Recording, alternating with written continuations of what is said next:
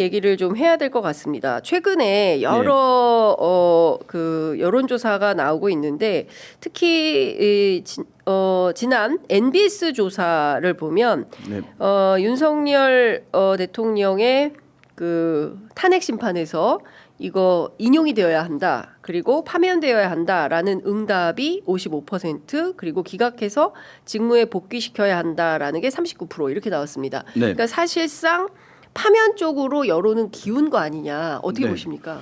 그렇죠. 뭐 많은 조사들이 있어서 수치는 뭐 어떤 것들은 뭐 55% 네. 그러니까 탄핵 인용, 파면 응답이 또 많은 것은 뭐 60% 이제 상회하는 것들도 있는 상황이에요. 그래서 이제 여론에는 보면 이렇게 얘기할 수 있어요. 날씨도 있고 네. 기후도 있다. 아 그래요. 맞아요. 네, 그래서 이제 뭐 날씨는 조사 방식이나 뭐 그때 이제 어떤 뉴스들에 의해서 영향을 받는 부분들이 있는데 기후는 사실은 단기간에 변하는 건 없는 거잖아요. 네. 그러니까 사실 이것도 윤석열 대통령의 탄핵에 대한 이제 그 시각들 이것들은 근본적인 시각들은 사실은 큰 변화가 있는 것은 아니고 일관되게 파면에 대해서 네. 이제 기류가 높고 그것은 특히 이제 중도층에서도 뭐 많은 중도층 얘기를 합니다. 네. 하지만 큰 기류는 중도층에서 일관된 흐름들을 이어져 오고 있기 때문에 네. 보수층에서 어느 정도 결집되고 그것이 완화되냐의 문제가 있었던 것이지 근본적으로 지금 탄핵 찬성에 대한 기류는 이제 뭐 변함이 없는 상황이고요. 지금 네. 이제 이 NBS라고 하는 네.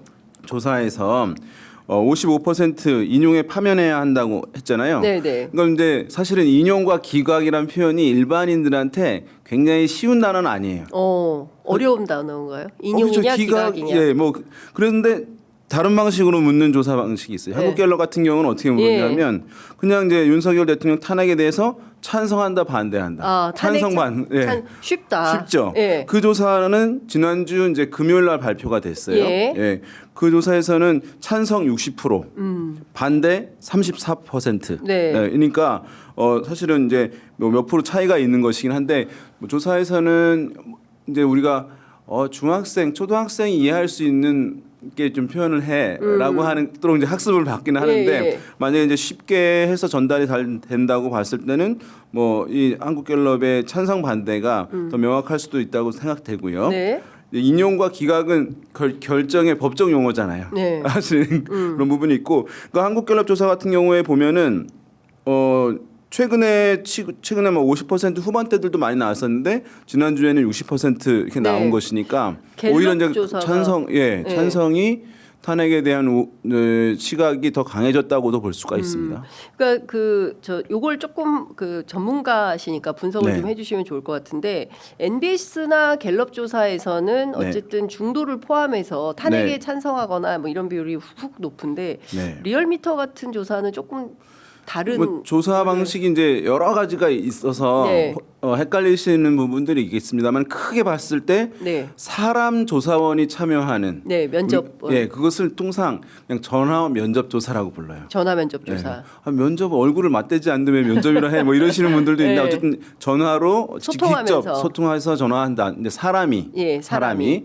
그다음에 ARS 자동응답 예. 전화로 예. 조사를 한다. 기계음이 나오는 거죠. 예, 거기는 이제 사람이 목소리만 들어가요. 예. 그래서 사람의 목소리를 전문 성우가 녹음을 합니다. 미리 예. 이제 설문에 의해서. 예. 그런 다음에 들으면서 이제 버튼을 누르는 거죠. 네, 그러니까 혼자서 듣고 혼자서 선택하는 방식이에요. 네. 그러다 보니까 이제 사람 면접원이 하게 되면은 이렇게 지나가는 사람 물어봤을 때 아주 그 뭐에 관심이 있으세요 하면 관심이 많지 않더라도 미안하니까 빨리 얘기하세요라고 네, 하는 게 네. 된다고요. 그러니까 저희 말로 정치에 관심이 높지 않은 사람도 사람 면접원이 할 때는 좀 참여를 하는 거죠. 그 사람들 누구냐? 중도, 중간층. 네. 근데 이제 녹음된 음성으로 일방적으로 와서 전화를 받은 ARS 방식인 경우에는 네.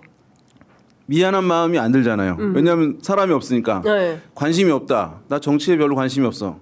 바로 이제 끊어버리는 거죠. 네, 그러니까 ARS는 좀 나 이 분야에 좀 관심이 있는 정치에 관심 있는 현 정국에 관심이 있는 분들이 주로 이제 응답을 하는 특성을 보이는 것이거든요. 네. 그러니까 요즘 같이 중도층에 대한 흐름이 어떠냐라고 할 그게 굉장히 때는 궁금합니다. 이제 예. 좀 전화 면접 방식 또 비중 있게 봐야 되는 측면이 있다고 얘기할 수가 있겠고요. 네네. 예, ARS 응답 방식 같은 경우에는 그래도 관심 있는 분들이니까 그럼 거기도 중도층이 있지 않냐라고 했는데 여기서 조사에서 중도를 얘기하는 것은 당신 중도예요, 진보예요, 보수예요라고 하는 문항이 하나 있는 거예요. 아, 거기에 그래요? 내가 이제 중도입니다, 네. 진보입니다, 보수입니다라고 얘기를 하는 것인데 아하. 이것이 100% 맞는 건 아니에요.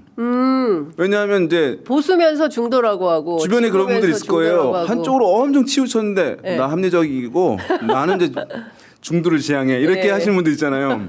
그렇죠. 진짜로는 그분 중도 아닌데. 아닌데. 그러니까 응답을 왜냐하면 이제 어떤 분들한테는 중도라고 하면 좀 나는 객관적인 사람이라고 하는 이제 선입관이 있을 수 이미지가, 있기 때문에 예. 그걸 얘기하시는 분들이 있거든요. 예, 예. 그러니까 원래는 사실은 학문적인 연구에서는 한 10문항 물어봅니다. 네. 국가가 시장에 관여하는 것에 대해서 또 세금을 복지에 어떻게 활용하는 쭉 물어보고 한국 같은 경우에는 이제 북한에 대한 인식도 물어보고 해서 당신은 이제 어느 정도 이상이니까 진보, 보수, 예. 그다음에 이제 중도 이렇게 이제 진단하는 게 예. 원래는 맞는데 그러면은 설문조사에는 문항수 제약이 있거든요. 예. 그걸 물어보면 다른 거 물어볼 수가 없는 거예요. 그래서 이제 그런 면에서 좀 차이가 있다. 참고로 하셔서 보시면 좋을 것 같습니다. 예. 근데 이제 전화 면접 조사 같은 경우에는 어쨌든 중도 뭐 이게 문항이 있어서 그런지 네. 중도를 구체적으로 중도의 입장이 어떤가를 확인할 수 있는데 지난 갤럽 조사가 뭐 그런 내용들이 좀 포함이 되어 있는 것 같습니다. 그렇죠. 예. 최근에 중도 흐름. 그래서 이제 이 중도가 왜 중요하냐? 네. 대선 또 앞두고 있기 때문에 그렇거든요. 그렇습니다. 그러니까 총선하고 지방선거는 네. 거기도 중도층이라고 불리는 분들이 투표장에 나가긴 해요. 나가긴 합니다. 그렇지만 양쪽 정당의 고정 지지층 위주로 선거를 치르는 거예요. 왜냐하면 투표율이 네. 한 50% 후반대 60 정도 되잖아요. 네. 높은 경우에. 네. 그럼 60% 정도 되면 양당의 지지층이 이제 대거 나와서 투표를 치르는데 네. 대선은 투표율이 80%를 막 바라보거든요. 그렇죠. 예. 그런 거 뭐냐면 양당의 고정 지지층 이외에 평소에 정치에 관심이 많지 않던 사람들도 네. 투표장에 나온다는 거예요.